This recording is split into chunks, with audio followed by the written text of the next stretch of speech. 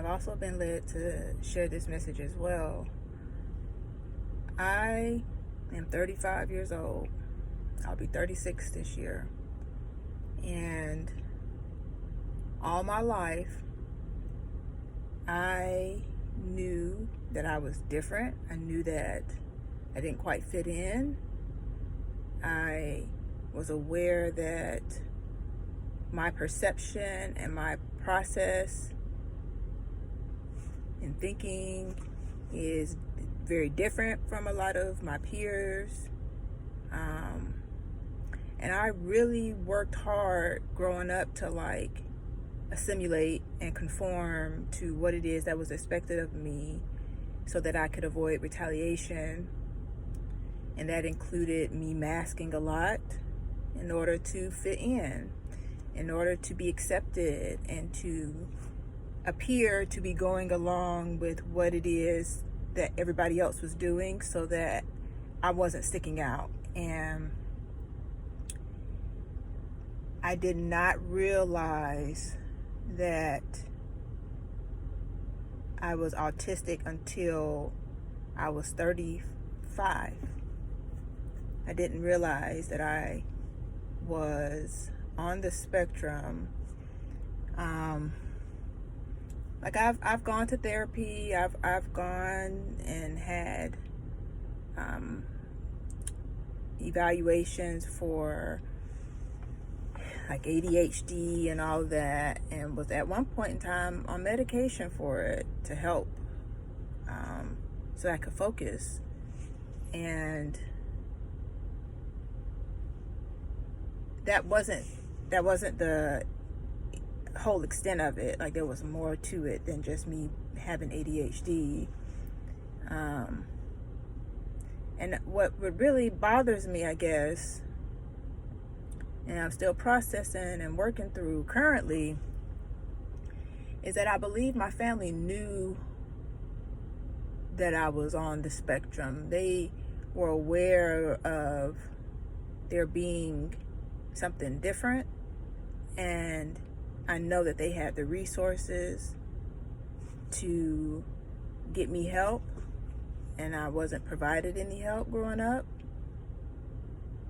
I wasn't provided any therapy growing up for the sexual abuse that I suffered as a child by the relatives that are in my family. And all the while, these people knew what was going on. I was left with predators. I'm starting to believe on purpose.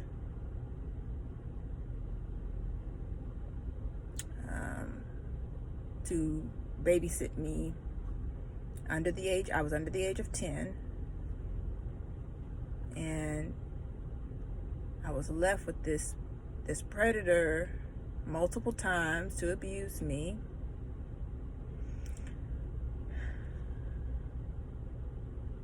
And that was just the catalyst for so many other things to come after that I have yet to talk about publicly. But the point that I'm making with this is that I'm making this video because I'm not going to stop talking about it.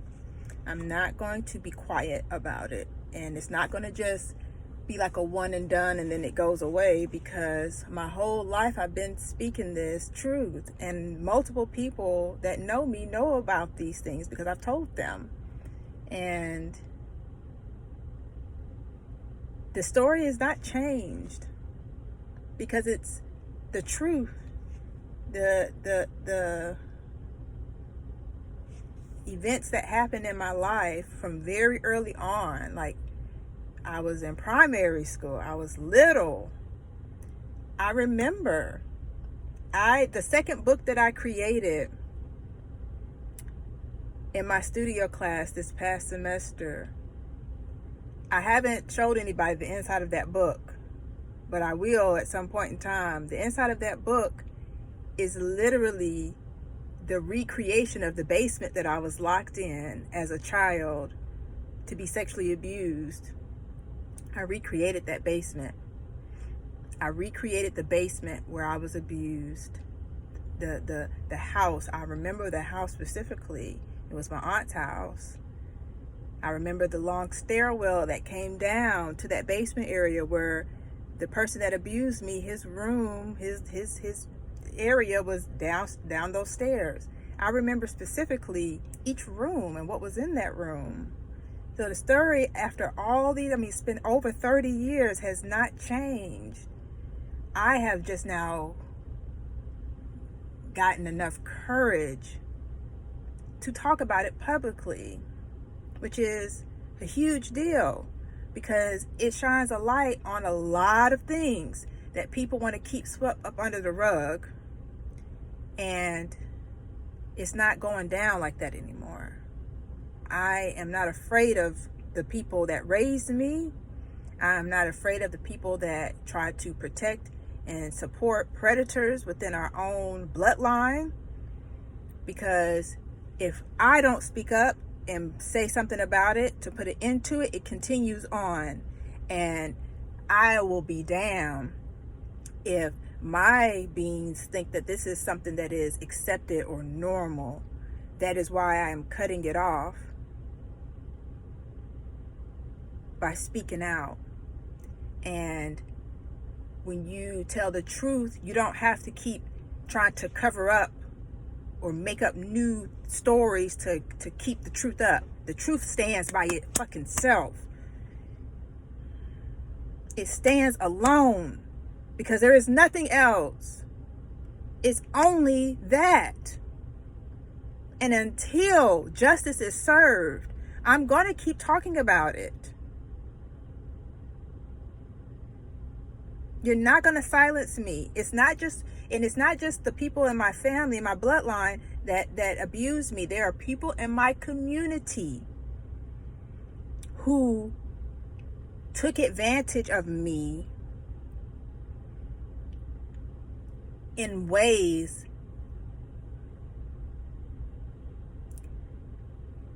I was unawakened before. I didn't know myself before. I didn't understand what was going on before, but now I see. I can see now. And that's why they're gang stalking me, and they follow me around whenever I leave to go somewhere. They're constantly watching me, tracking me, because I can see. Kovan Martin, I see you.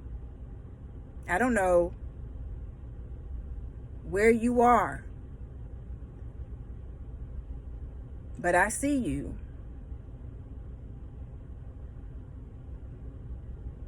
That was an upperclassman that raped me my freshman year in high school.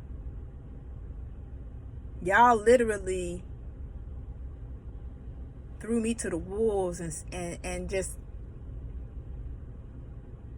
knowing how my mind was, how my mind is, how I perceive things.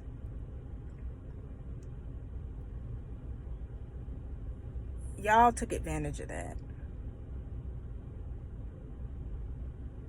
And say stuff like, oh, you shouldn't be so gullible or naive. And that's literally, that was my nature. I had to learn the hard way because I was forced to see things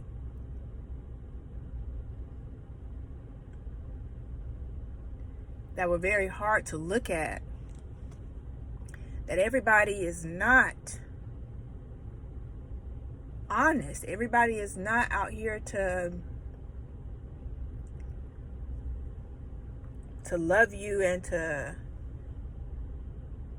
love on you, but to take from you. They take what they can if you will allow them to do that.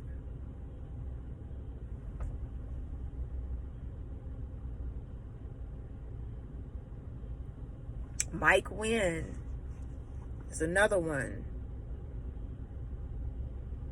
You were well into your 20s.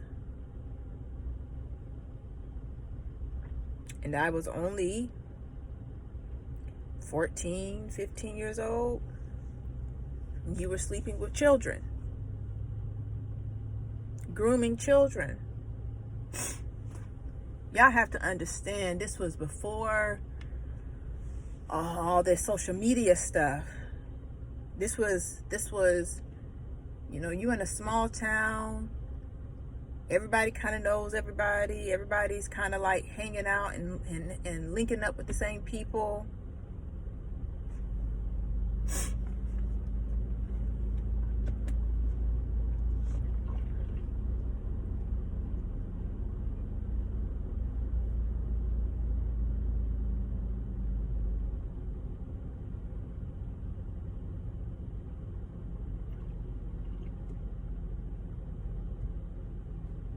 It's all coming out now.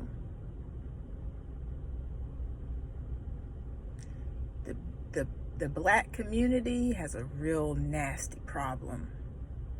And y'all will protect the predators and shun the people who were taken advantage of and abused, and call them fast and say you shouldn't be out here making it X, Y, and Z for a man.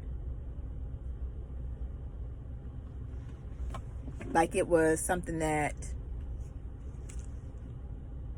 I created and I did as a 14-year-old, knowing there's some social delays, there's some social challenges here that are not being addressed. And it just makes me very upset. Because y'all didn't teach me nothing. You didn't show me nothing. And I think that y'all capitalized off of that. And in some way, form, or fashion, you gained from it. Y'all stole from me money, my innocence, time.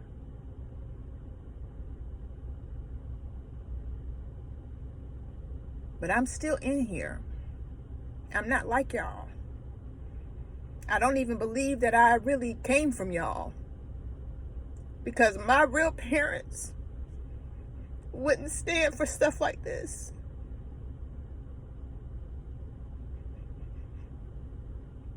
My real parents would have advocated for me and stuck up for me. Y'all do not love me. And I feel sorry for you because you still don't know what love is.